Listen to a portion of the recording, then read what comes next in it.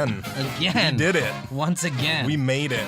Like 2 shows in 2 weeks. It's crazy. That was the banda Scalavera with Injusto. Hello and welcome to It's Happening Show, community grassroots media for the people, by the people. I'm Jose Gloria. And I'm Dylan Thompson. We are your hosts tonight. We are your hosts indeed. Indeed. It's happening as a movement of the heart and of the mind. It's the energy of the universe that creates waves inside us and all around us, which allows us to activate, motivate, then elevate vibrationally and intellectually towards love, truth, justice, and wisdom. It's happening in every which way. It's Happening is a culture of empowerment. It's people having the right to exist and participate as equals. It's a dream of what the world could be, but the future we want is only possible if we make it happen. So stand up, get informed, and fight back. Fight back. You could be anywhere in the world right now, but you're here with us, so we thank you. Because of you, it's happening. Yeah. Woo! Ah. Whoa! Okay. Okay. Ooh, that was all the energy I had, guys. Sorry. Spent. Yeah, that's all of it. Woo. Man, how are you? It's a miracle, man. We made it another week. It's really a miracle, and the audience is surprised. We could do 2 shows in a row. You know? Yeah, we're gonna have a very awesome couple of guests in a little bit. Oh yeah. We've been talking all things cannabis industry. Just a bit. But before that, let's talk about very important things. Obama's birthday bash. Who was there? Who? Not us. Yeah, not invited somehow. Somehow, we got left off of the list. I mean, but, so did Stephen Colbert. They had to, minimize it, and they said no pictures, no cameras. And Erykah Badu was like, hold my... He took a couple pictures, and it became a whole thing, and she had to apologize. But, to his credit... he did scale it down, and everybody got tested, and everybody was supposed to be vaxxed, but still, people, you know how it is. You know how it is. I mean, it wasn't quite as bad as Newsom, but it was up there. Almost. No, he's not even in leadership anymore. Anyways, so that was a thing, but also a thing. Also, a big thing today. Big news. Big news. Afghanistan falls to the Taliban, and dun, dun, dun. Basically overnight, it seems like. They were just waiting. They waited us out. Yeah. But yeah, this is not looking good because there's some interview material with Joe Biden talking about he's like, is this like Vietnam in any way? He's like, no, not in any way whatsoever. And you have people just being evacuated at the last second. Reports of people withdrawing all of their savings to abandon the country because the Taliban is this. They got the president to agree to relinquishing power in a peaceful or somewhat peaceful transfer of power, right? But this has probably been like this for years and years, right? We saw with the Pentagon Papers that we've been losing this war for a long time, and they just made up these different metrics to say, oh, no, we're winning by the number of schools we built. But because they can't, all the other measures, they're just losing. People we drone killed. Pretty much. Yeah. So much to talk about this. We'll have to talk about it in future shows. But Indeed. All to say that I actually support Biden on this. I think folks, like Sagar and Crystal Ball and other folks on the lefties are saying, like, this was the right decision. I mean, cut our losses. People are saying, like, oh, but, the children and the women, it's like in Saudi Arabia, in China, in India, and all sorts of places all over the world, horrible things are happening to women, to LGBT folks. And it's not to, be dismissive of what's happening in Afghanistan, but, it just, we were never able to get to the point where we were going to keep those folks safe. And the fact of the matter is the Afghan government for years, because of the military-industrial complex, was able to get money that they mostly pocketed, didn't build up their army in order to really take their country under control, and just were relying on our dollars. So I, for one, am happy that we're starting to end this endless war, and hopefully we can end all wars and not start any new ones anytime soon. Yeah. This is ridiculous. But there's some funny framing of this where they're like, dude, we gave them there was trillions spent in the war, but probably I read some report saying at least 89 billion just dedicated to building the Afghanistan army over the course of 20 years. And where is that? Where'd that money go? But it's funny because Biden's like, what did they do? They're cowards. They gave up. They failed. They ran away. But it's like, well, I mean, didn't you guys already know that you failed? Like, because like if they lose in a weekend, it's like, how did you guys not see that? So again, being a little disingenuous, shifting the blame. He was, and he said, "Oh, Taliban's not going to take over." Meanwhile, folks knew that exactly what was going to happen. But surprise America, we've been negotiating with the Taliban for a long time. A lot has changed in 20 years since the terrorist attacks. Unfortunate and all these things, but. Let's not forget, it was a war that was started on a big lie, the original big lie, OG big lie, that there was weapons of mass destruction. We shouldn't have never gone into it in Afghanistan to begin with. It's all the biggest nations, Russia and others, failed to do them because this is their land. They're willing to fight decades and decades, and we're not. So. Yeah, it's a war over oil. We'll talk about that, oil and the power of it. Yeah. And, the Boeings and all these big corporations that were continuing to get these defense contracts. But we weren't really getting anywhere far in this thing. So pretty much. Crazy. All right. Next funny. This next story. This is a funny story. Olympics to replace Japanese athletes' gold medal after mayor bites into it. So this happened according to CNN. There was an outrage because the medal bite is a familiar photo opportunity for winning athletes, but the mayor of Nagoya, Takashi Kwamura, decided to do that for himself after and he bit the softball player's gold medal without permission, causing widespread public outrage. Yeah, so there was condemnation all around for this act, and people were just saying that he should apologize. And he did apologize, but I'm like, man, it was like really, really bad. There was complete and total outrage over this. It's like, yes, Yuki Ota, a silver medal winning Japanese fencer, tweeted, "Not only has he no respect to the athlete, but also no infection control. We even put our medals by ourselves on the podium to prevent the spread of virus." That's right. No infection control whatsoever.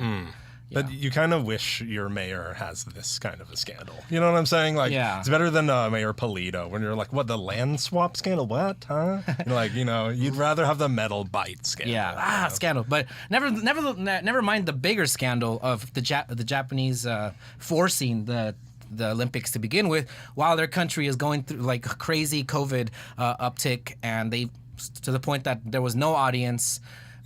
Businesses did not, benefit from it by and large, and a lot of those stadiums, as was seen in Brazil and other places, they're gonna, collect weeds, get bulldozed because it's all about the Olympics, committee and them making money, not really the countries that host it. But that's another story. All right, and hot take. Yeah, hot take. Last quick story. Also, Santa Ana, they're considering to reverse their past relaxation of their affordable housing law that cut the in lieu fees for developers from $15 to $5 per whatever unit it was, but basically like a 66% reduction in those costs. The council wants to thinking about bringing it back to $15. There'll be a little debate on that, right? It's kind of a weird fine line in a sense. Like, we want this, right? We need this affordable housing. So you'd want it to be higher, but yeah. But critics and foes of the increase, or the ones that pushed for it to be decreased, say that there was no developments that were finalized during the time when the WHO was there. So then there was no money that was collected from that. As soon as it went down, 2 developments popped up. So I think it's more of a larger conversation about how inclusionary housing gets done, and if the developers are going to be able to influence these laws, right? Because at the end of the day, they have a lot of money, they have a lot of power, and they want to build in Santa Ana. There's anywhere in California, Southern California basically is prime real estate these days. Yeah, and I'm thinking probably what happened here is that it's easier to donate to council's campaign and get someone favorable to getting rid of those in lieu fees, and then you build. So it's a weird thing. Like, was it too high to begin with, or was it just corporate greed? It's a weird trade-off there. It needs to be examined. I tend to say corporate greed when in doubt. When in doubt, corporate greed. Okay. When it comes to developers, and locally here in Santa Ana. So, Oh, yeah. moving on to our top story. Top stories. Stories. Even more stories. 2 of them, actually. Speaking of Santa Ana, Dylan Thompson. Dylan Thompson. Think about more policy changes here, shifting in spending, this time in the police department. Dun, dun, dun. Dun, dun, dun. So, like, yeah, people have Friends been, of the show. Yeah. People have been saying, defund the police for a year or so. I guess we didn't quite get the memo there, but the city instead, in this last budget, the police budgets rose by probably like $10 million. Kind of not the trajectory that a lot of the activist community saw this progressive council taking. They're like, hey, man, we're just fulfilling existing contracts. The costs just went up. If we're up to us, we'll see next budget if they mean it. But as part of that, as some kind of compensation, or they said, hey, we'll look at reprioritizing some of the police money. So instead of taking $1 million away from the police and giving it to other, nonprofit agency programs, or any other department to do it, they're having the police do it. And it includes some good work that's more proactive. It's not like it's taking money away from like pretty much gang units and putting it into more proactive policing efforts. Can't say it's a bad thing, but I don't have a lot of confidence that the police department, how far they'll take it, how serious they are about reforming their kind of reactive policing standards. And would rather see an experiment with outside institutions handling some of these. Absolutely. But, it is a step in the right direction as far as I can see, just reprioritizing it.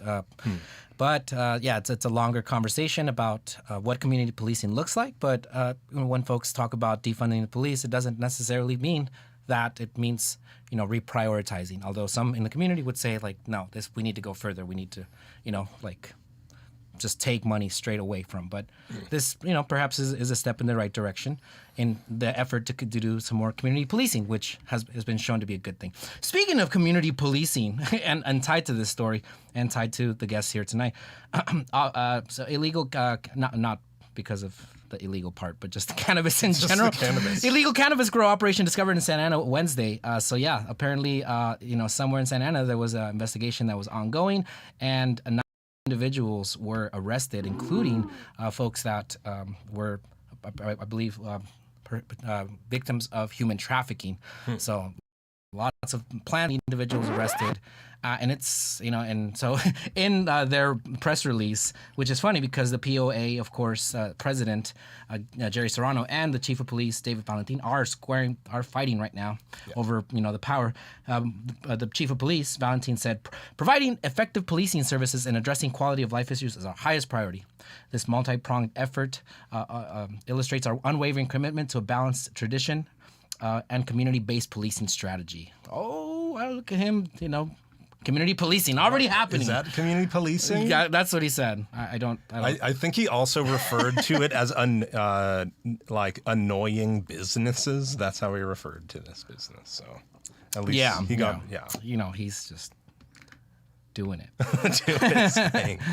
But just illegal cannabis continues to be a problem in this country, and which is why a lot of folks are now starting to see as the legal cannabis industry is a way to fight back against the cartels, against the illegal market that really just hurts rather than helps in the ways that many folks feel should be the way that cannabis is just used in the community. So I want to recently there was a story from LB Business Journal about Catalyst CEO Elliot Lewis, and it says Catalyst CEO Elliot Lewis isn't in Long Beach cannabis business to make friends. So this is great, and he was also interviewed by Forbes. Really great stuff. Folks should definitely Google it and read it. But I got a lot of things. One is for sure he doesn't mince words. He tells it like it is. No respecter of authority. Believes strongly in social equity. Cares deeply about fire weed at fire prices, and also cares deeply about labor movement and, having dignified union labor. So with that, I'm going to go ahead and introduce our two guests tonight.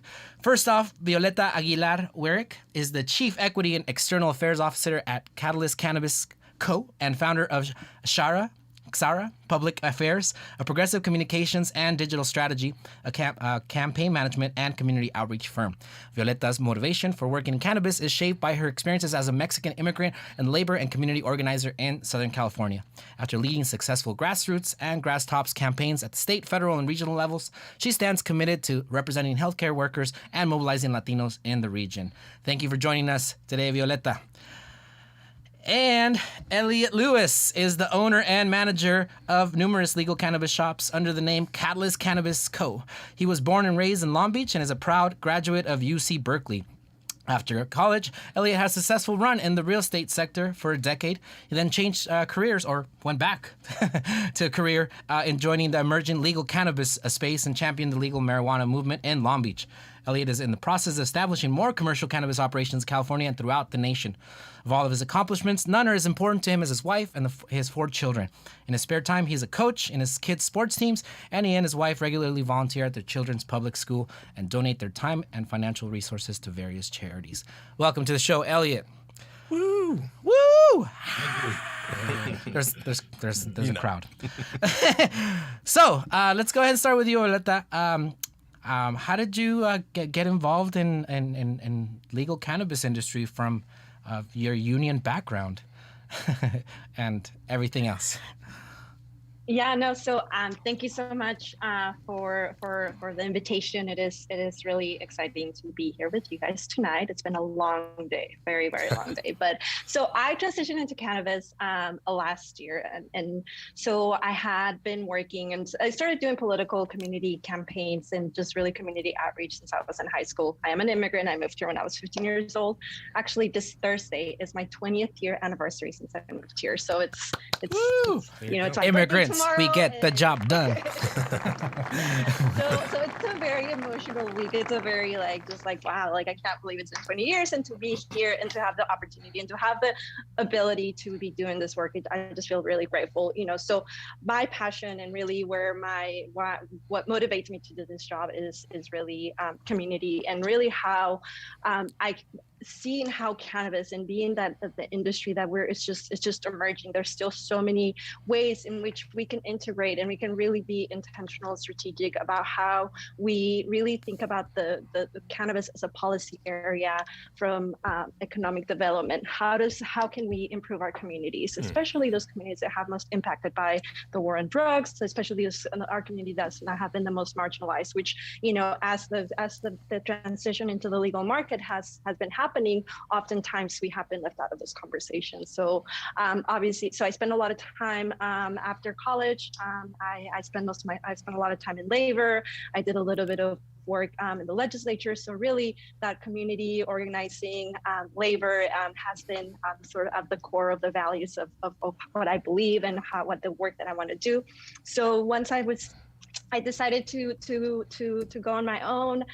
It just so happened that Elliot and I connected through some mutual friends. They were looking for some community outreach work in the city of Oxnard. So I was initially helping them and doing some work in Oxnard. From there, they asked me if I would help them in another city. And then last year, as we were already working, they were getting ready to transition from the previous name, or the previous, we used to be Connected. So before we were Catalyst is only 1 year old. So as we went transition into Catalyst, the social unrest was happening, George Floyd, and really as I was thinking, and we were all thinking, what's the place that we want to have in the industry and cannabis in California? It really became an opportunity to really integrate this whole bigger notion of what weed for the people means. So what does weed for the people mean? It really means that we first and foremost, labor.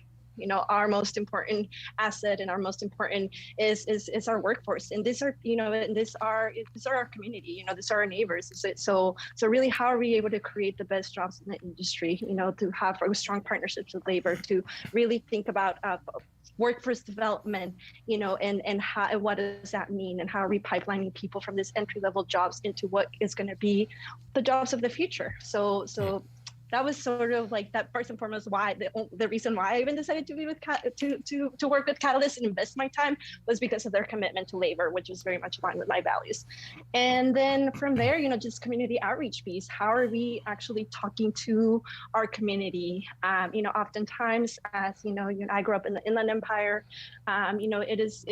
We don't get the opportunity to have a say and to be at the tables when decisions are made. So for me, and that's we were, really creating the notion of Catalyst Cares, but our community outreach, umbrella for Catalyst. It was really about uplifting our community and really bringing our community into this conversation, into the tables. Literally right before this podcast, we were doing a community outreach meeting in the city of Oxnard, and really trying to, we all know what the barriers are, what the challenges, what sort of sometimes the misinformation, and sometimes, we come from like a very much, prohibition, just say no mentality, and how that transition happens. But, for us as an operator, how can we provide the best education, how we can provide the best resources, how can we think about it from a public safety perspective, from an outreach, we of course don't want our youth to have access to it. So how do we develop and create programs with our partners, which is the city, which is our neighbors, which is our community partnerships,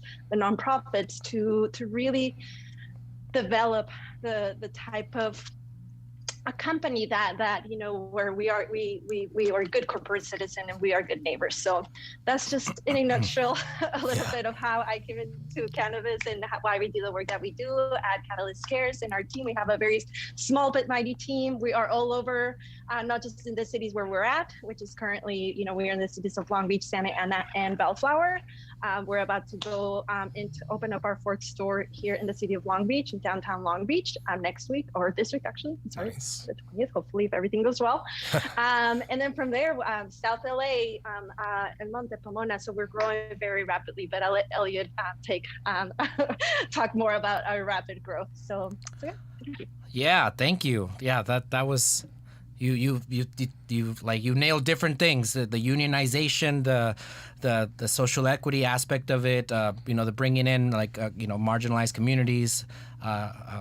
Inland Empire is in the building. I don't know how you feel about this, Elliot. Yeah, we're down with the IE. I know for a long time there was a division, but we're uniting the counties, man. Yeah, but Elliot, love for the IE. Yeah, that's right, mad love. So tell us, we talked a little bit about your growth and how you came on to the industry after doing real estate, but. So as it turns out, the real estate is a big component of cannabis, right? And being able to secure locations and understand how that is, that has led to your success in Long Beach, the city that you grew up in and love, right? I believe, right? And what is the cannabis movement was when you got started to where it is now, and what does Catalyst play into it? My very first experience, it's kind of hard to count it, but in '98, I think I put up my first 3-lighter. I was going to school at Berkeley. Berkeley and Oakland were like the only places on the ground floor that you could actually get a card from a doctor. There was one doctor. I remember his name. He's probably dead now. He's an older guy. Philip A. Denny, I think it was his name. He was old hippie. And so we grew 3 plants. It still really wasn't that protected. We got 3 pounds. We thought it was pretty cool. There was Berkeley Patients Group, which is still there today, and one in Oakland. I forget the name. In fact, that was the first election I could vote in, was '96. So I got super high and voted for Prop 215. Yeah. It didn't take this long. Then, I had some trials and tribulations. Long story short, you used to not be able to admit this, but now it's 2021. It's kind of good to be able to go back to, I think 13, 14, we did our first grows in LA. We started doing some 215 grows up north. And then when it really got interesting for me was in 2016. We got a handful of licenses here in Long Beach, but real estate is always like the linchpin of every deal. And then, we got pretty good at expanding and winning licenses, and then just decided, hey, this is too fun. Like, what else would you want to be doing? It's a new industry. So just jumped in and left everything else behind pretty much. There you go. Yeah, absolutely. So, I mean, what do you, so, when we were, I was, talking about the article that came out about you, and it's talk. You're a fiery person. I describe you as like a mix between. Don't take offense to this. Between Alex Jones and Joe Rogan, and yeah, like, just like real firebrand, and just kind of telling it like it is on your social media, of course, Instagram and all that. But I mean, you've had to take on these big, behemoths, whether it's the governments like really like dragging their feet when it comes to legalization ordinances, to when they actually get them going and having and seeing that they suck or are not as good as what they need to be, but or opening up new markets, like you've really and also highlighting the overtaxation and of cannabis, but also you've also were advocating for increasing at a particular point for and which got you kicked out of like the collective in Long Beach. Like this is so yeah, you got friends and got foes. Yeah, well, I mean, look, the vendors seem to really like us, and the customers like us. Our fellow not as much, but I wear that as a badge. I love to point out the hypocrisy. I used to watch politics from a distance. Ironically, I got in pretty deep in this cannabis thing, so a lot of politics comes with it. Yeah. And to your point, not to get totally off topic, you're talking about the military-industrial complex. By conservatives who don't like to spend money, yet they spend tons of money on the military-industrial complex. So I just think there's so much hypocrisy in government and so much self-interest, and you see it play out. And look, we're not trying to say that we're special or anything, but I also think it plays out, within the industry as well. The tax increase thing was a temporary thing that we believed in, since we were the only businesses that were able to run and be open during the pandemic, and we were doing fucking good. People were sitting at home smoking weed, watching Netflix, and as a general yes, thing, they were. the tax rates are oppressive, and it's a huge issue. So the budget was short. They're going to cut programs. That was my opinion. Let's step up. And on top of that, like, it gives you some chops on the issue that you're not, grounded in this ideology. And generally, the industry is supposed to be progressive, and they're going to cut, these progressive programs. And I've seen this in equity and other issues. And I call that, hypocrisy out. So, now we're pushing really hard to get the taxes down. The pandemic's over, but we were proud to stand on that tax raise. Ultimately, it didn't pass. The industry is still pretty strong.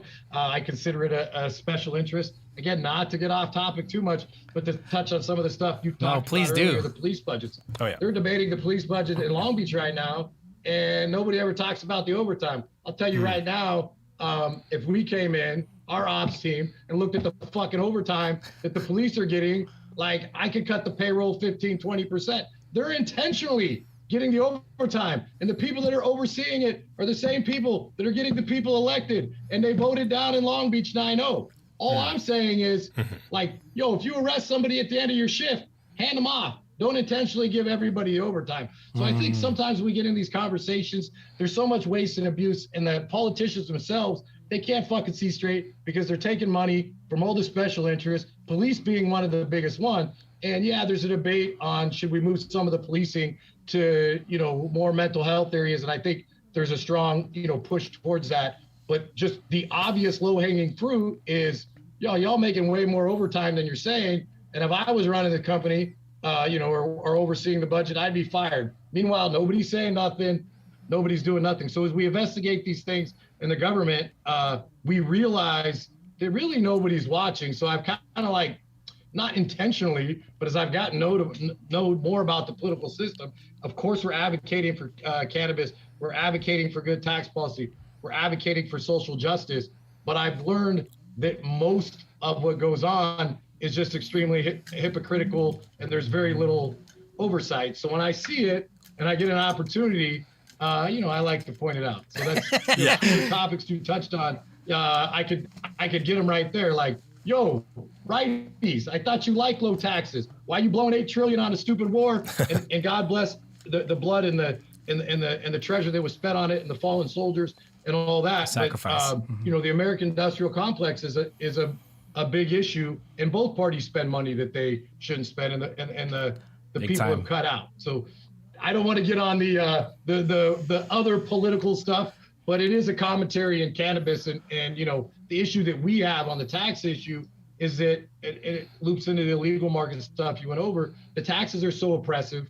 that it's basically, forced an underground market, put a tariff on the industry at large. So we're only like 25% of the market in California, and I don't blame people for. I'm not one of those that are hating on the illegal market. They need to lower the barriers of entry.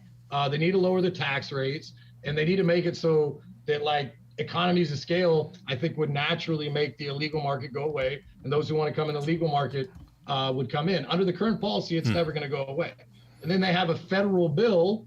If they want to charge 25% tax, it scales from 10 to 25, but it's going to end up at 25.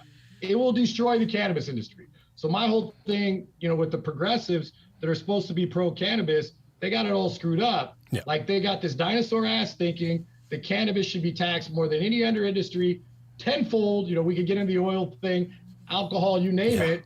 And they say they're for social equity on the one hand, but on the other hand, they're taxing the industry so hard that it basically leads to outcomes that are going to, again, disproportionately affect the same communities that disenfranchise. It's just a more clever war on drugs, 2.0. So to me, it's a hypocrisy. I won't mention names in Sacramento, but they're up there and they don't care to cut taxes. And look, I'm not trying to take on the SEIU.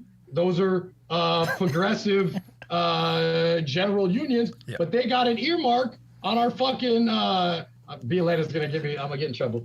But they got an earmark on the cannabis money, so they're never gonna lower it, right? So that's the stuff that kind of goes on. Why do they have an earmark? Because they donate to the campaigns and they get all these people elected. So I'm not here to argue whether or not they should have an earmark, but we have to accept the realities that like there's a reason they're taking this money and they're never giving it back. And that's why, oil to me is all right, you want some money from somebody else that's fucking up the planet way worse and doing way worse harm? We're going to go show you how to get it from these guys, because I accept as a given part of the equation, you ain't never going to take something and cut it down because your money's all spent, it's all earmarked. You're not just going to one day walk into Long Beach and say, hey, the cannabis tax is going from 8 to 2. It's not going to happen. So they need to backfill it. So that's not to answer too many questions at once, or get too political. We could go one by one, but just kind of a general oversight on politics in general. Like I didn't intend. In fact, a year and a half ago, Nathan, our guy who does the videos, was telling me to go out and just talk shit. And I was like, people really do that. And he's like, yeah. And I can barely work the shit. Now, like every time a thought comes into my mind, I'm like, well, I can make a good 59-second clip on this. So, I really like social media. It gives you a little bit of a platform. It's fucking free. And you can say whatever you want, as long as I don't say discount, for sale. I can pretty much get away with anything on Instagram. So, yeah. There you go. Yeah, I know you mentioned, no one wants to, lower or do anything with those taxes, but they'll give oil companies the bailout. So can you go a little bit more into the idea behind that tax big oil campaign? Yeah, so the idea really in a nutshell was like, all right, lowering tax is not a good enough argument. So I'm going to take a hostage. I'm going to put a gun in its mouth, and it's big oil. So we did a Figuratively video. speaking. Yeah, straight up. That's what we're fucking doing. And I'm going to blow its fucking head off. I don't care because it's a way worse, metaphorically, it's a way worse actor in just general, more harms to society than cannabis is. We did a video. We got 10 barrels of oil and 1/8 of cannabis. Mm-hmm. And the 1/8 of cannabis is taxed with more money than oil. It's dinosaur thinking. Yeah. In Long Beach, the oil island's super unpopular. It's probably ruined our entire beach. It's just they've taken out billions of oil. They make $500 million a year. They're paying less than 1%. We're paying 8%. So what we're doing is we're running a ballot measure. It's going to be 4% of gross. It's going to tax big oil $25 million. I'm assuming they're not going to like it.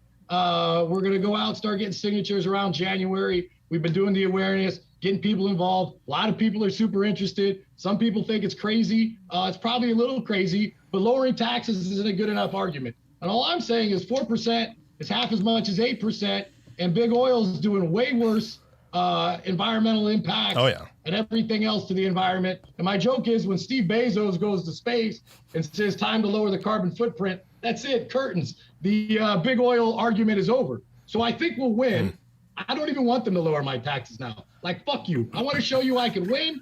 50.1%. We get it. Hit big oil with 25% or $25 million tax. And then we start talking shit on election night, November 2022. By then, we're going to have a lot more stores, a lot more money, a lot more followers. And we're going to tell Sacramento, we're coming for you next, because they're still popping oil rigs off the coast of California.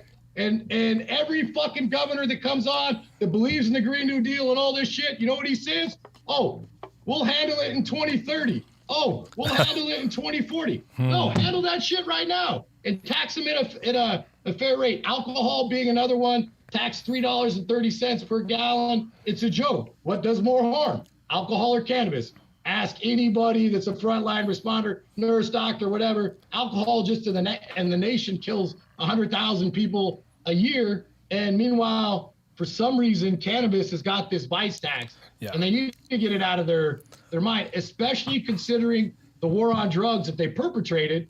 Then their solution is basically like we're being sanctioned as if we're some nation state that the government of the United States doesn't like. We're basically under sanctions. It's just a different kind of warfare. People aren't getting incarcerated as much, but it's war on drugs 2.0. And this idea somehow that cannabis is some huge evil and we need to be taxed at some odd godly rate because the politicians are so goddamn greedy is stupid. And we're here to change that. And ultimately, I think it's a winning argument. And I'm watching who's, maybe the older generation. There's some that are on our side. But really, I think the younger generation, Gen X and down, not to make it a generational thing, they're with it. They're going to get it. Yeah. And in Long Beach, everybody hates the oil islands. That's 50.1 standing on our head. Knock on wood. I'm sure the oil companies coming with some nice literature about how great they are. We can all make all the same arguments times 10 that they can make, and we actually do shit. I never see them out here. Maybe they cut a check or something. They ain't out in the streets with a broom. They're not out going up and down the state, grassroots organizing. I don't ever see that out of them. So that's kind of my thought on that issue. We'll see if it works. But I think $25 million hit on oil in Long Beach would be a pretty big mandate to change things. And shit, lowering ours a little bit, that leaves like another 17, 18 million for some fun social programs.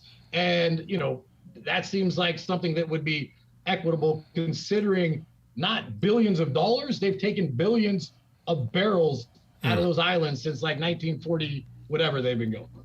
Oh, yeah. Yeah. No, it's a big problem. The subsidization of oil, right, and the way that politicians from both sides will, nationally and locally, will bend over backwards for them. But meanwhile, they're trying to scapegoat this new industry, and trying to do more to it to try to to tax it and tax its way in towards a balanced budget or anything like that. When there's other industries, in particular in Long Beach, that are wreaking such havoc. But you mentioned a lot of things, but of course the conversation nationally has changed, and the sentiment of folks, and you mentioned the younger generations, because I know I've read and I've talked to people and seen a reefer madness, and there was this whole thing that, straight up, it was like, who smokes reefer? It's these Mexicans with their marijuana, and they're lazy, and watch out for your women, and and then they made it basically illegal to the point now where you go to dispensaries in Long Beach and in Santa Ana, and who do you see in those stores? Older folks, folks that are dealing with terminal diseases. Not just smoking. They got oils. They got CBD gummies. They got all sorts of things that is a huge way that can shift the way that Americans and human beings deal with pain, anxiety, and all these other things. And so, the industry and the way that public, I feel, is changing it. But also, and Violeta, you mentioned it earlier, and you did too, Elliot, about the social equity. And I really feel that the research that that I've done and the way that I've seen is that Catalyst Cannabis is really setting the standard and leading the way when it comes to expungement clinics. I read that story about that gentleman in Long Beach that was trying to get a driver's, cannabis driver's business going, and y'all nurtured him. So, maybe you could talk just in particular, like how you see that social equity as opposed to perhaps other large Walmart-like institutions that I won't name that just opened up in Santa Ana. Well, Planet Booth. I talk mad shit about this. By the way, they're dying. I won't put specific names on blast. I got 3 employees already like, yo, we want to come work for Catalyst. Damn. Look, people see past it after a while. They're actually not doing that good. But I don't feel bad for them. They have a terrible business model. But look, and fake unions. At the end of the day, what's that? And they have a fake union. I read. Yeah, I was careful not to say it because I want to make sure I got all my facts right. Okay. Violeta I said it. But I think they do have some. Yeah. They have some questionable fake-ass union. Yeah, very questionable. But the social equity issue is super nuanced, super complicated. A lot of cities have tried. We're actually just about to put out our a paper, just one perspective, but has a lot of perspectives in it. People that have been in the equity program here, activists, our perspective, we've seen 30 processes. We think it's really important to diversify the ownership. That's like the starting point, but there really is so many issues and so many opportunities in cannabis. So, between job training and expungement, we think it's a great industry. If they do good social equity throughout the state, maybe you get, 400 or 500 dispensaries on a good day, maybe 1,000. And if a miracle, that's still, there's multiple millions that were incarcerated on the war on drugs. Right. So, we want to also focus on the job opportunities, uplifting equity brands by getting them on our shelves and highlighting them. Violeta and I met this really impressive woman. She was the one out of 177 in Long Beach that made it. What a fucking great story. He overcame every obstacle, really gave me goosebumps. One of the, my favorite parts of my job. But, the thing that I have in the paper and that needs to be talked about, everybody knows the big ones. Oh, you need a lot of money. Oh, there's a lot of red tape. Those ones are known barriers of entry. But the barriers of entry that nobody wants to talk about, and I call them the fake ass progressives. You heard me talk about them on my IG and stuff, and the industry itself. So, the history of Long Beach and the history of a lot of other cities, it just fucking happened in Costa Mesa. The fake ass progressives, the fake ass left, they say they're for it, but really that industry money has their head fucked up and they can't be for it. And then the industry itself is supposed to be progressive. The same motherfuckers that will have a guy on their wall with the black fist up, right after George Floyd, they won't let any more licenses in. They don't want to dilute it because they're living from the principle of, scarcity instead of abundance. So I think that one of the biggest barriers of entry to, getting Black and brown communities and disenfranchised communities access to ownership and good paying jobs is the industry itself and the politicians. Costa Mesa wouldn't even take a vote. They knew it was a fucking joke. Their own ordinance said they need 2/3, which is 5 out of 7. They punted to an unelected bureaucrat city manager because that guy never needs to get voted back in again. They probably even give him a raise for taking a little heat. Here in Long Beach, it was held down by the Progressive Caucus. Only the moderates that took it forward made it happen, right? And again, the progressives with the industry were holding it down. I don't know all the specifics of how it got held down or it became fake-ass social equity in Costa Mesa. My best hunch is existing operators. That's a little speculation, but not a lot. And for sure, the council itself didn't have the fucking balls to just debate it in public. Just debate it in public. If you want to pass that pile of shit that you call social equity, have an open debate, have free speech, let people come in and get their 3 minutes, and they wouldn't even do that. Like, I've never seen anything like this. We've sued a lot of cities. We call it God's work. It's a little tongue in cheek, but we like suing them, especially when they're engaged in what they do. This one we sued before the process even started because they didn't follow their ordinance. And frankly, beyond the cannabis issue, it's the process issue. You pass a thing by the voters called Measure Q that says you need 2/3 of the people to vote on it. I'll get into the content, sucks. But they wouldn't even take it into chambers and have an open debate in front of the public about social equity and, eligibility and different things like that. To me, that's just disgusting. Why don't they want to have an open debate? Real simple. They all want to run for the next office. They're all a bunch of narcissists for the most part. I don't know all 7 of them, but I'm generalizing. Just trying to get to the next fucking seat. They could give 2 shits about the people. They take money from oil. They take money from the SEIU. They take money from police, fire. They're fucking running the show, not the people. And look, cannabis is really just a symptom of a governmental problem. And it's highlighted because you have a lot of people fighting over these licenses. But I guarantee all the other shit that goes on in the municipalities is the same insider baseball garbage. And my point is, like, hey, I'm not saying it's bad to like take money from fire or police or the SEIU. There might be good reasons to have those unions. I'm not making that, discussion. I'm just saying, let's just be honest and open about what it is. But nobody's really checking them. It was great. We had an intern this summer. Half his job was like, yo, go research me this, go research me that, because you kind of have this hunch. You don't have the time to pull it all up. So, I've just found through cannabis, again, and kind of said earlier, there's so much hypocrisy and so much lack of consideration for the people. And, reasonable minds could disagree on, is this a good policy or is that a good policy? And I think the discussion's even gotten away from left and right. It's really gotten away from like, are you for the people? Are you not? Are you too blinded by special interests? Are you, is your objective really to support the people or is it to pander? And so I think the political system itself is starting to break down and like getting into this left-right divide. And we're, I think by any standards, very socially liberal on erratically, almost socially liberal on the social issues. But, that's it. I think sometimes getting into this left-right divide is losing what's really going on. It's just a tool so they can pander this side or that side. And now in California, you got one party rule. So everybody in Sacramento, they can take as much oil money as they want and they'll never be called out on it, right? So the best part about taking oil hostage, I'm on a little bit of a tangent here, is the left can't say shit, right? It's hilarious because they wrote a paper, Appendix G or whatever the shit was.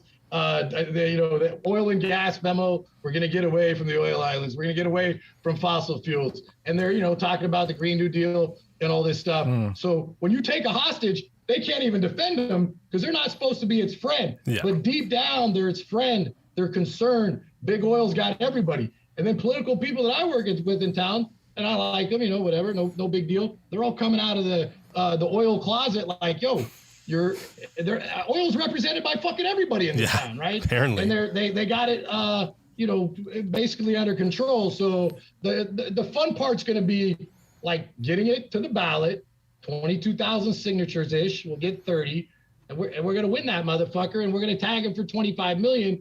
And the hope is if we can do it here in our hometown, especially because of the oil island situation, maybe it's grandiose, but we could crack this shit off beyond the city. But either way, I love the fight. Like that's what gets me up in the morning. I could tell, man. My blood pressure is like high. But Violeta, I'm ready to fight somebody. Let's fight. All right, but Violeta, jump in, please. Yeah. I gotta freeze. The big thing, when it comes to, for us, when it comes to social equity, it is for us, this is a great, to have a company and, and for those of us that have organized and have worked, in policy and have worked, for whether it's elected officials or the legislature or labor, which, I come from labor, from SEIU actually. So the thing that's, that is really, there's always like that push and pull.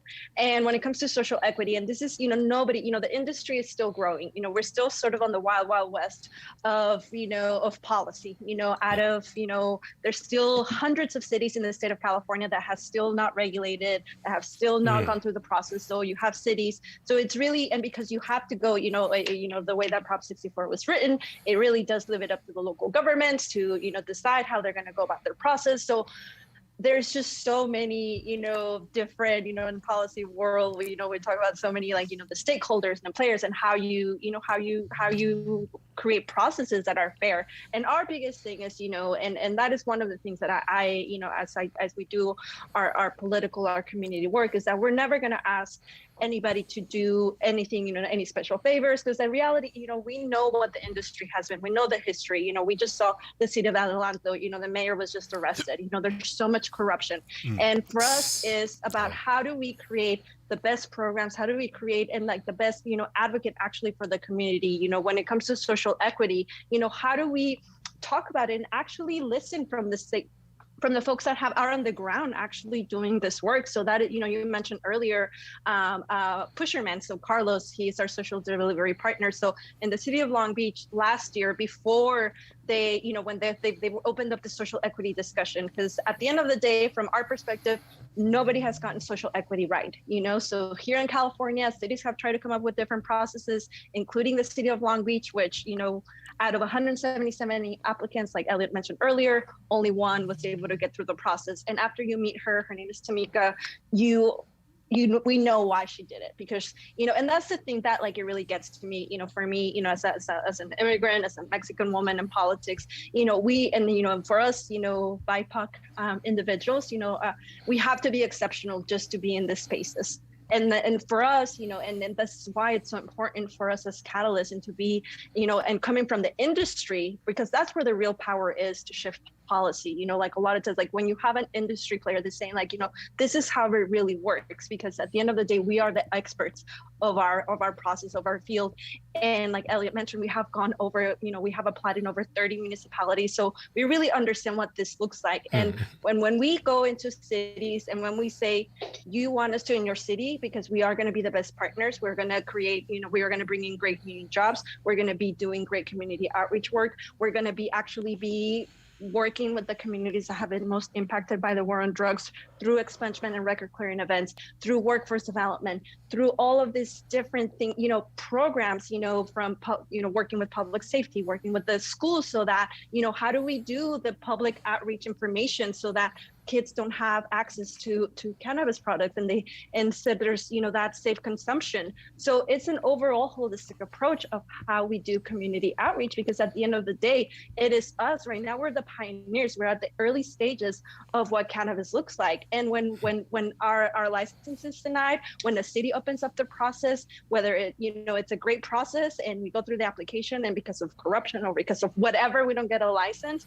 or like in the city of Costa Mesa, where a process that it's not fair right from the get-go, that carves out certain people, then for us it's like about like really, when we are not, when we want to go into a city, we can say we are the best operator for this community and this is why, and we can always back up what we're saying. And when we don't get the license, it's not just a disservice for us as an operator, but it really is a disservice to the community. And that's because we, so when you put operator A, you put operator B, and the license is given operator A because of whatever process, like Elliot said, we like to, and it's not that we like to sue. It's not about liking to sue, but it's you're not afraid to.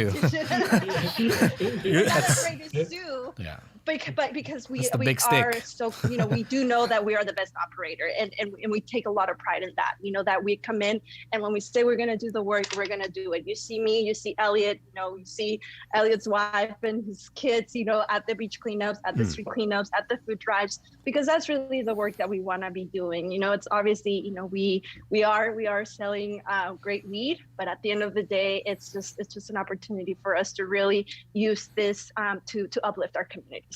Yeah. And, I want to extend that question about the social equity a little bit, in that, like, in these license selection processes and the laws they've established, does big business get an edge in the market and getting dispensaries, or how do like grassroots owners come out? Yeah, well, that's, that is a big barrier of entry. And even within the social equity, like if you don't have, somebody that kind of knows their way through the process, it's difficult. And, big business maybe isn't the right way to describe it. I have a joke that like 2018 Elliot would stab 2016 Elliot. And 2021 Elliot will smoke down 2018 Elliot. So a lot of it is just like going through the processes and learning. Fresno, what they did, I think they should have gone further. But there was 21 licenses. They did 3 social equity, licenses. Ironically, one of them buffered us out, but I was glad to see, because they got first we have another live one, but they got first opportunity to move and be selected first in the process. So, I would have liked to see them do 6 or 7. Mm-hmm. So they are starting to put licenses aside for social equity, but it's still very complicated. There's predatory deals, there's straw men, there's guys putting their 18-year-old cousin in. So what we're doing as part of our work is I think, policy-wide, everybody kind of wants the same thing, at least anybody that is being sincere. Look, we want diversity of ownership. We need some licenses set aside for social equity. How we do this is very complicated, because for every law there's written, there'll be some people that game it out, probably the majority. So, and everybody gets focused on the predatory thing. That's part of it.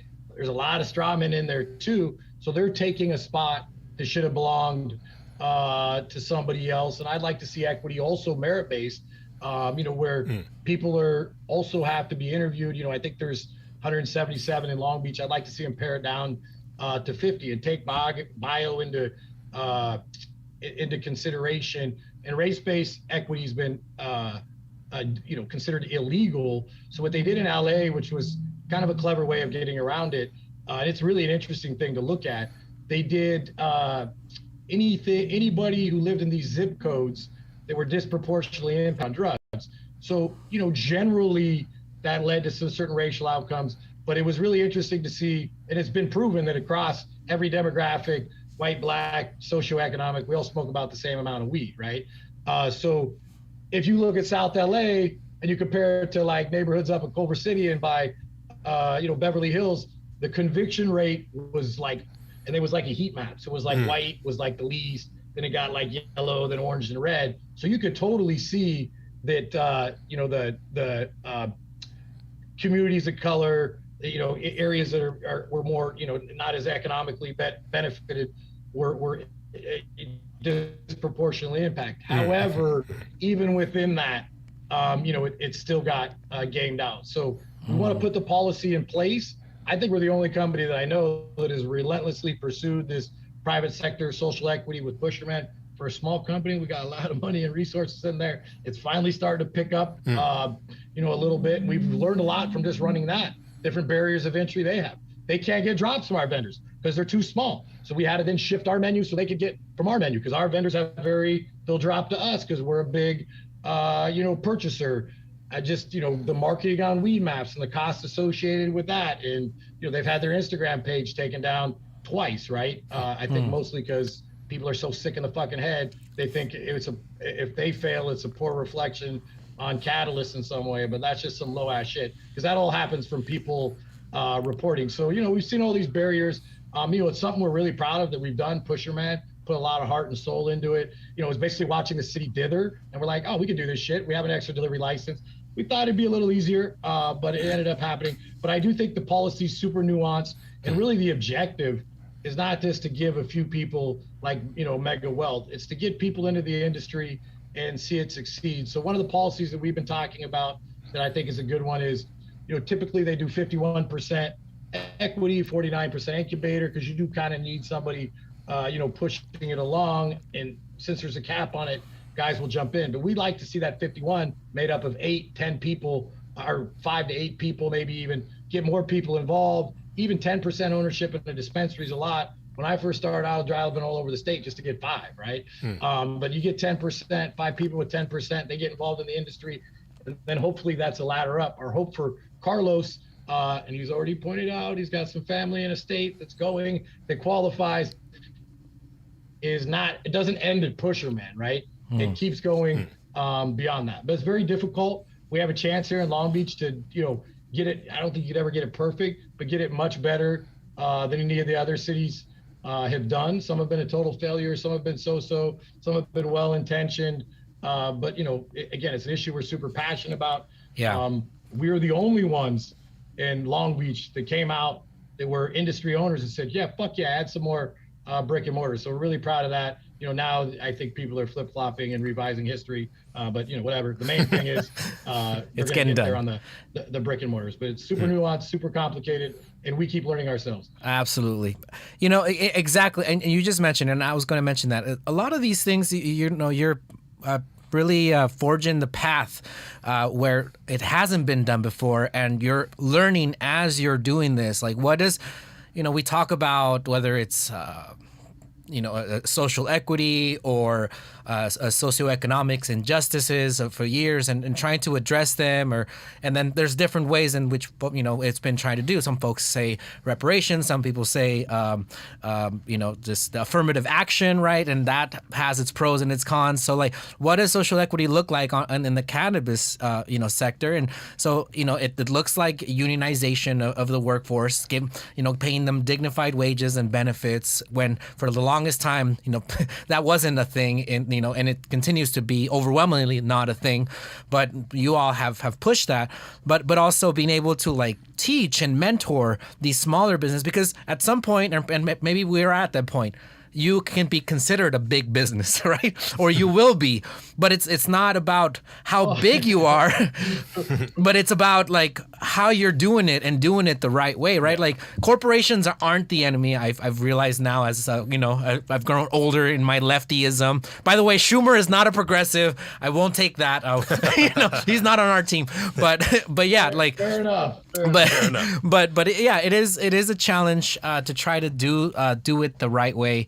But I wanted to also like kind of tie in the big when I think about disastrous big industry, I think about big tobacco and big pharma. And when I think about the cannabis industry, I look at it as an alternative to the opioid epidemic, right?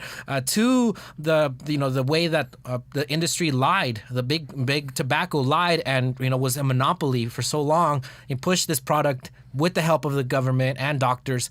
But now we have this new product that can really, just be a much better and quote unquote safer alternative than a lot of these over the counter prescriptions for pain and for the suffering that folks are going through. And even like, as you mentioned earlier, through this pandemic, a lot of folks turned to cannabis to be able to ease the anxiety and the depression and the challenges that was being trapped at home. And so that component, I think, is not highlighted as much. But we lost Elliot, I think. But maybe you can tap in, Violeta. But yeah, I guess just how do we keep big tobacco and big pharma out of the cannabis industry, I guess, is the question. Yeah. Back. I'm back. Yeah, you can take a crack at it, and then Elliot, I guess. Yeah, go ahead. Sorry, I didn't mean to cut you off. I got dropped. Yeah, you're good. I just asked in general, and y'all could both take a crack at it. But how do we stop big tobacco and big pharma from doing the same thing that they did to like healthcare and with cannabis? Yeah. One real interesting statistic, and it's been borne out throughout states and counties, everywhere the cannabis is legal, opioid use is down. And I don't care what you say, the way they were selling opioids to the poor working class in Ohio or wherever else was disgusting. It was some dumb number. I lost track, whatever, 100 per person that lived in the state, right? Like ridiculous numbers. Everybody did it with a wink and a nod. They set in attractive sales reps to old doctors and got them to push it on their patients. That's like what happened. But yet their product is taxed at a way lower rate. As far as big pharma and tobacco taking over cannabis, I'm going to fight the good fight until the end. Sometimes things are inevitable. We'll see how they happen. That's why, federal legalization is a little bit of a mixed bag. They're already kind of poking around. Before I got, into this interview, and it is a good question. Like at some point you're going to, the goal is to become a large corporation, even though I'm like always making fun of large corporations, but I think it's being a large corporation with a social conscience, and hopefully it's a new way to do business.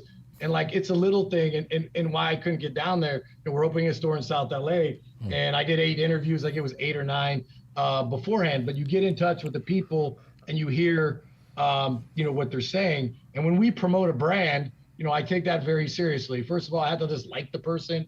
And then we're trying to get away, I call them corporate cheese dicks. I don't know how I came up with that, but a few people thought that was like a good way to describe it. So trademark that. We're always trying to, the old school guys that like started it, that, they had people stand on their shoulders to get it going. So we're differentiating, and why I kind of talk shit on, Planet Boof and, MedMin and some of these other brands. We're trying to fight for that side of it. Inevitably, there's probably going to be a consolidation. We're going to do our best, to not ever be gobbled up and keep moving fast, so we could be the gobbler and try to, promote this culture, through. The thing that I find really interesting is, there's all sorts of studies about millennials and Gen Zs, and everybody likes to make fun of them. I do too, a little bit, the ones that work here. But I like them all. But I will say they're very socially conscious. Like 70% of them, some crazy amount, won't work for a company that they don't feel has a social conscious. So I do think society is ripe. That's the future. I kind of had this joke the other day where, like, the boomers, they had this great thing about peace, love, and happiness, and they got all lost their way in the 80s with shoulder pads and big hair, materialism. And then Gen X was like, we didn't know. We were like, and I'm like, right that stab in the middle. We're like, fuck all this shit. We're listening to punk rock music. At least I was. And, a little gangster rap. And we were trying to overthrow a system, but we didn't know how. I was just angry. I didn't know why, right? So I think now, as we become the leaders going forward, and I think millennials and Gen Z, they're ready to hear the message. And hopefully corporations, change this, the way that they act. They try to be more conscious. This grotesque pay disparities. I always say our bud tenders make as close to our executive salary of any company on the planet. And like, how much do you need? And, I don't know if this is a good way to run a corporation. At the end of the day, I have shareholders too. I have to, do an ROI on, but we're really proud of our low corporate overhead. Like, why we can price shit cheaper than everybody else, why we can spend so much time and money on community outreach for a small company. It's no big secret. I'll tell the other guy because he don't want to do it. Low corporate overhead, right? That's it. We don't pay ourselves a lot of money. We don't floss hard. We're not doing fancy shit. The question on whether or not these big boys take over, all of a sudden Bezos is for cannabis. All of a sudden these big corporations Boehner. are for cannabis. So, John Boehner, Republican, right? Oh, yeah. Capitalism leads to weird outcomes. Yeah. My take on it is I can't predict the future. We're going to fight for this new way of lies. Money's free speech. Love it or hate it, money's fucking free speech. And they've ruled on it in the Supreme Court. Whether you agree with it or not, it's free speech. And it also allows you to do more action. I'm not saying it's right. I'm just saying what it is. No, and that's as we where open we more are. stores and we get more money, we can do more good. I can talk more shit. I get more eyeballs, and the message gets out there. So we're just gonna keep doing the work. I love this. I don't think it's a job. As long as I'm breathing air, I want to be doing this. In the end, the big boys are coming. It's inevitable. I don't plan on selling. Let's just put it that way. And I do think a lot of guys are setting it up for an IPO and a sale. By the time it's all said and done, there's probably it's really fragmented, the retail market in California. There's only going to be like 10 of us left, right? And then it'll probably get smaller from there. So the big corporate takeover is an interesting question. I don't know the answer. It almost ducktails into federal legalization because then it allows them to get involved. All I can say is if it's inevitable, I don't give a fuck. So is death, right? But we're going to fight And taxes. to keep it, as much as we can. And if a little few people hear our voice, and if nothing else, while I'm here, I know Pusher Man, when it gets off the ground, we affected a lot of lives. I know those backpacks we gave out last weekend in the Inland Empire, affected a lot of lives. I did a little trash pickup on the beach. Probably didn't make a huge dent on Sunday, but, it was a little bit of good. So if nothing else, while we're here, we're trying to do good. It would be nice to, permanently, have something and then have that followed. Who knows after you're gone if what happens in the future. But it is a good question. It might be an inevitability, but fuck them. I'm standing on it. Part of the reason that we're supporting, I call them the OGs, the guys that got us here, is the fight against that takeover. So when that takeover comes, the millennials and the Gen Zs who, we love grandma, but the ones who smoke a lot of fucking weed, if you're being honest, are the younger generation. We want them to say, nah, we're not fucking with those guys. We know they're connected to Marlboro. We like fresh bake. We like traditional. We like that little mom and pop grower magic show. And I could go on and name brands, but though for that reason, we're trying to promote and uplift those brands. If it's a winning fight, who knows, but I'm in it to the end. So, we're going to keep fighting it. I hope it doesn't happen, but, capitalism's a bitch. Usually, it just ends up, that way. Interestingly enough, I interviewed a girl from Amazon today. I give her the whole 4 pillars of weed for the people. And, she came in, I see she worked at Amazon. I was like, so what'd you think of Jeff Bezos going to the moon? I just threw a curve as the first question, but these questions are interesting. Are corporations going to become more conscious of their workers? Do they need to make as much? And here's the thing, you can still return on your shareholders if as corporate officers, you don't need these like Kroger's and all that debate where they wouldn't pay hero pay. Meanwhile, the fucking CEOs making, 14 million a year. Like how much money do you really need, right? At the end of the day. So I think that's the larger conversation of who takes over, how it gets there. Greed is a strong motivator, and this is getting like deep into philosophy and out of cannabis. I sure fucking hope they don't take it over is the short answer to that question. And, I'm here to fight it, as is everybody in our organization, until the last breath, but we'll see what happens. Amen. Oh, yeah. Yeah, I don't know if you saw that the Senate was, you mentioned kind of about moving to legalize pot, but would you be suspicious of such a movement at this stage? I mean, doesn't it all depend on the language? Maybe California's the case.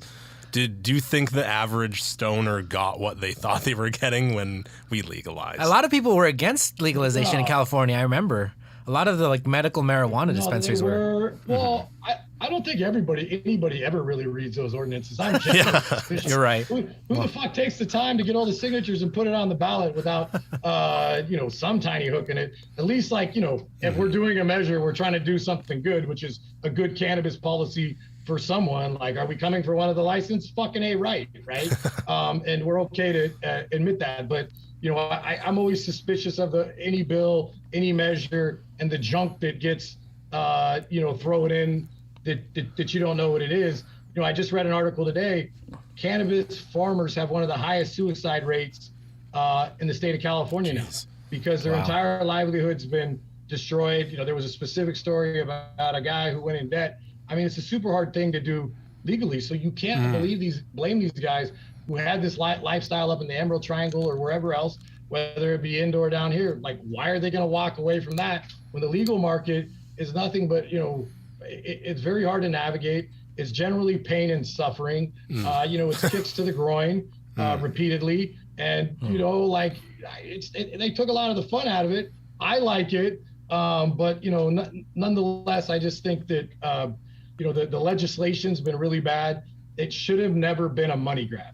The biggest problem with the whole thing that these motherfuckers that are politics on both sides need to understand, the shit should have never been a money grab. You didn't have the money before. Why the fuck did you need to make this a money grab?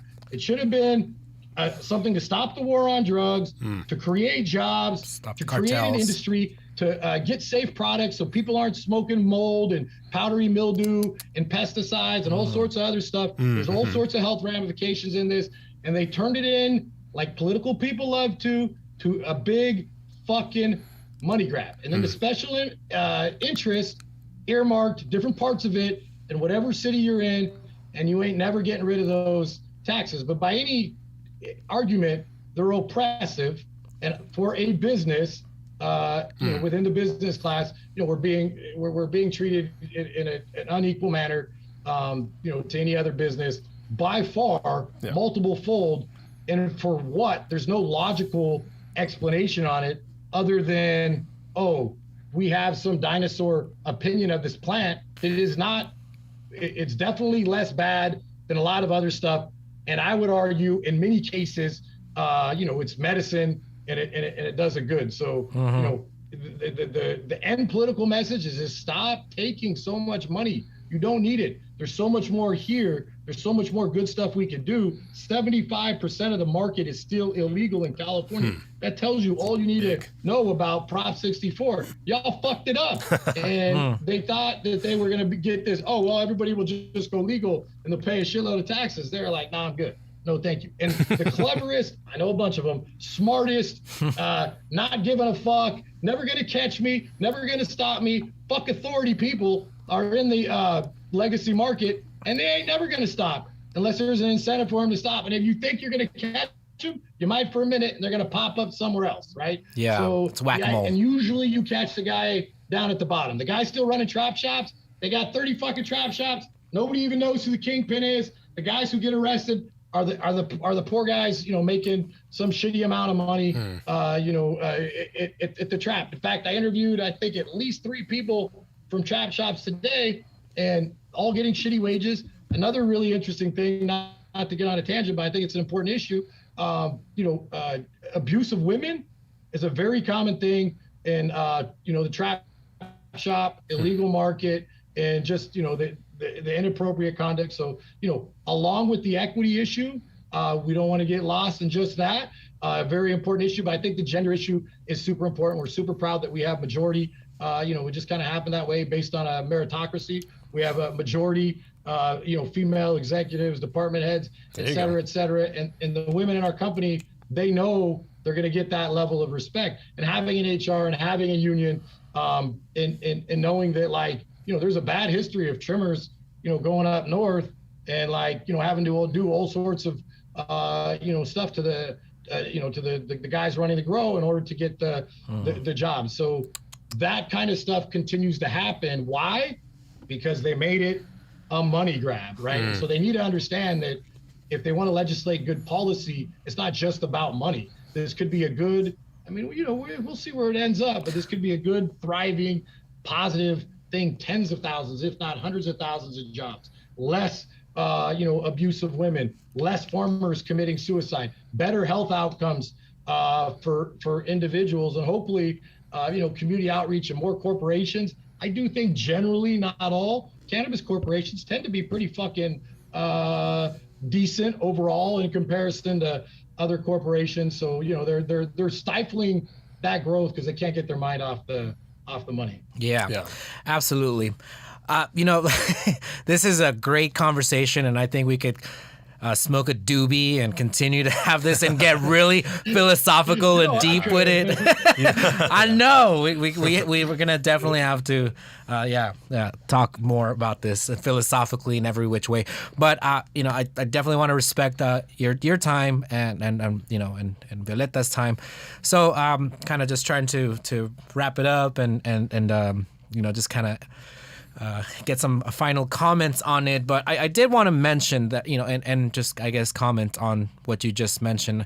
Yeah, I mean, the Amazonification, which before was the Walmartization of of labor, is happening, and it's almost unstoppable, right? But there is some small mom and pop shops that are, fighting the good fight and trying to stay afloat, but ideally, and I think, whether it's climate change or economic justice or social justice or racial justice, a big portion of, if not all, is going to be corporations, having morals, having ethics, and having principles, and as you mentioned, making sure that you're intentional, and and following through what it is that you say.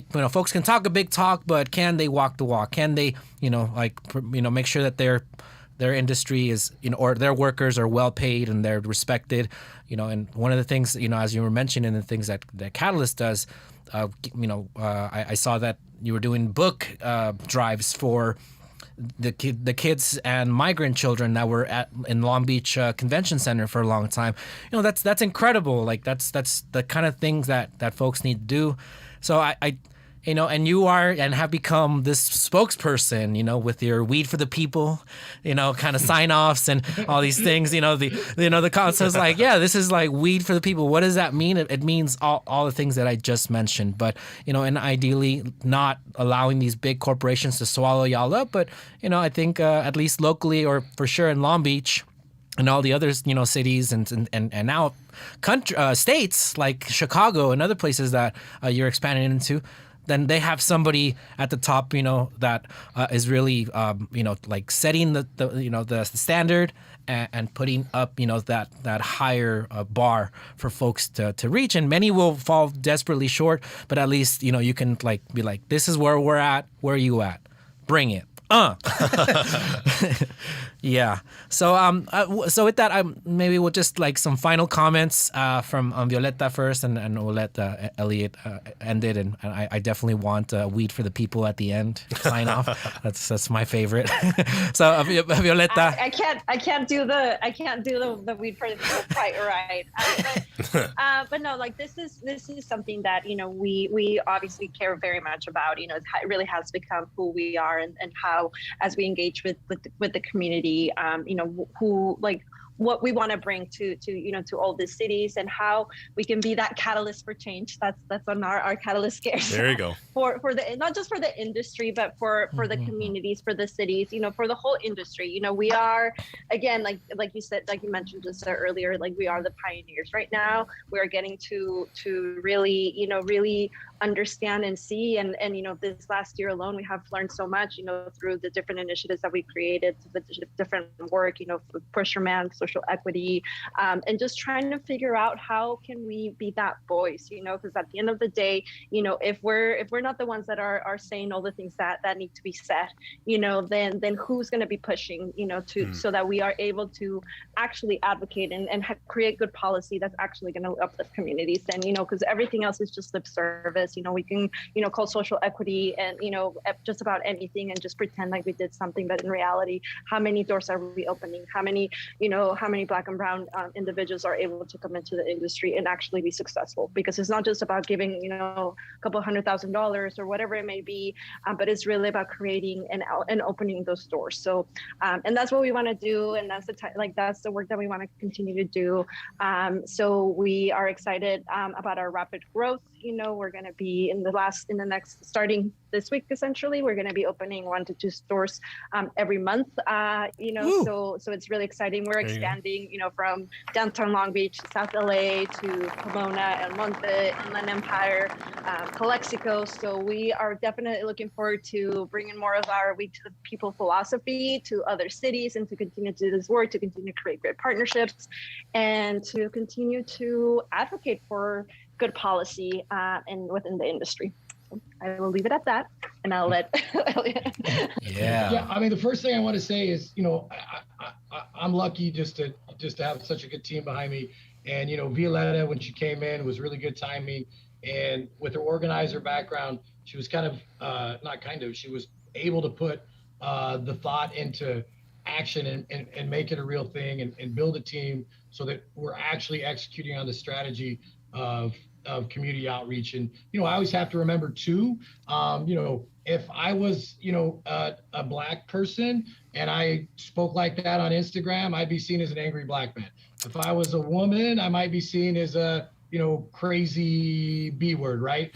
So there's a lot of people, and I don't love the term white privilege. It's a fucking thing though. And being a white man, some people still think I'm fucking crazy, but I get a little bit more like, you might be crazy, but okay, not so I have that benefit, and I recognize it. But really, the credit goes to the team that's doing the work. I believe me, I put in a lot of hours, but there's a lot of people on the team that don't get seen or heard. And having Violeta come in with the organizing background and putting together the team so that we're actually doing the work, because the last thing I would ever want to be in the history of my life is inauthentic or hypocritical or not back up what I say. And everybody knows here, if we fucking say it, we're gonna do it. And the team is really the one that is behind that. And to your point, we'll see where it goes, but we're here fighting the good fight. I know for sure we're gonna effectuate some change. I know for sure we're gonna benefit some lives. I hope we can take this thing as far as we can tape it. And as long as we don't if Jeff Bezos wants to go or the Walmart family wants to go, I say, bring it, motherfucker. We're selling fire weed at fire prices. Weed for the people. Yeah. Woo! Yes. Woo! Mic drop. 100%. Wow. You guys have to have Weed for the People merch, right? Come on. It's out there. Get it. That's right. Yeah. That's right. Visit your local. We got the trademark, just so you know. Okay, good. Perfect. Took this time, and then I won't say who. Somebody tried to vaguely use it, and we took it very personal, and they backed away. So it has been trademarked, and we don't like anybody even to get that close to it. That's our baby. But we try to live on it, and it is. We're starting to put it on the hats. There you go. Whoops, it's an old hat. Oh yeah, I'm wearing an old hat, but I thought I was wearing a new hat. But anyway, it is an important part of what we are. I should have just left it at that. I had it. No, that was great. Well, once again, thank you so much to Catalyst Cannabis CEO and founder Elliot Lewis and Violeta Aguilar-Wyrick from also Catalyst. Both of y'all, that this has been really informational and fun and entertaining and everything in between. So until next time. Thank you. Thank for y'all. coming. Thanks so much. I really appreciate you guys having us. Next time we're coming down to the studio. Yeah. And there will be fireweed at fire prices up in this place. There you go. Yeah. All right. Take care, y'all. Thank you. Bye. Right. Woo. Yeah. So that was the man. Yeah. The struggle's real. The struggle's real. Yeah. So now y'all see what I meant to them, and he brings a lot of passion, a lot of energy. The last thing that he brought up, is interesting, as far as the white privilege and things like that. It reminds me of the skit or the bit from Dave Chappelle when he was hanging out with his white friend Chip, and Chip wanted to speak, to the police officer. And he was like, Chip, don't do it. And Chip took off. Everybody needs a Chip. Sometimes there's things that need to be said. And, our people can't say that stuff because, we're typecast or we're put in this kind of box. But, it's, I just really feel a lot of respect for this man and the kind of, motivation and vision that he has for his industry, Catalyst Cannabis, and or his business, but then the industry in general. So, these are the kind of people at the top of the corporations that we need for in all sectors, right? Yeah. That are really intentional and specific about paying good wages and also focusing on all these other aspects of the community, right? Oh yeah, gonna respect also that.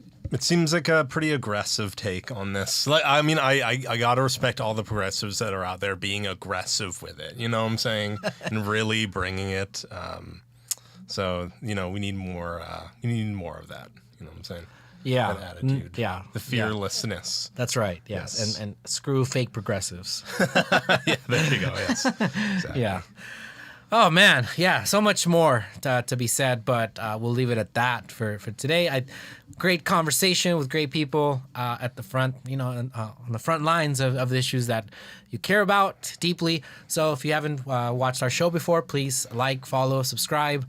YouTube, Instagram, Facebook, YouTube. You can watch our shows live mostly every Monday at 8 or 9 p.m. Sometimes last week at 9:40.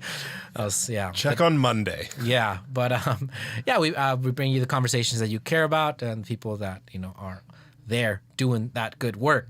So, yeah. I want to thank audio video engineer Edgar Silva for being an awesome audio video engineer. Woo! Iron Lion Media Studios here in Santa Ana.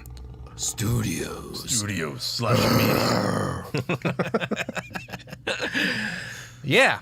So I want to thank everybody that tuned in again for the first time and longtime listeners. Jeff Letourneau I saw was on. Donna, as always, fans, friends. But yeah, all sorts of stuff. We're gonna and all the people that are gonna watch it tomorrow as well. So from Dylan Thompson and yours truly, Jose Gloria. And all of us here in It's Happening family, we are signing off. It's happening! Don't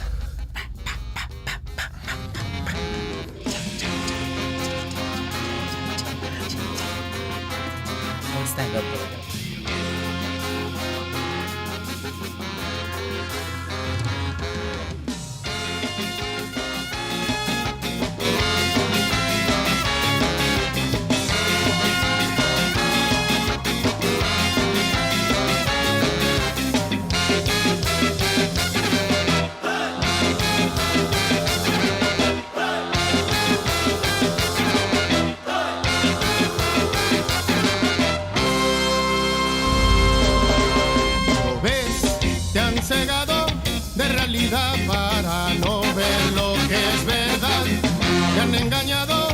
es libertad, lo que tú vives es vulgar.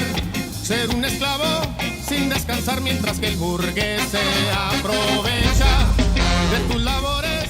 Hay que luchar para vencer este sistema.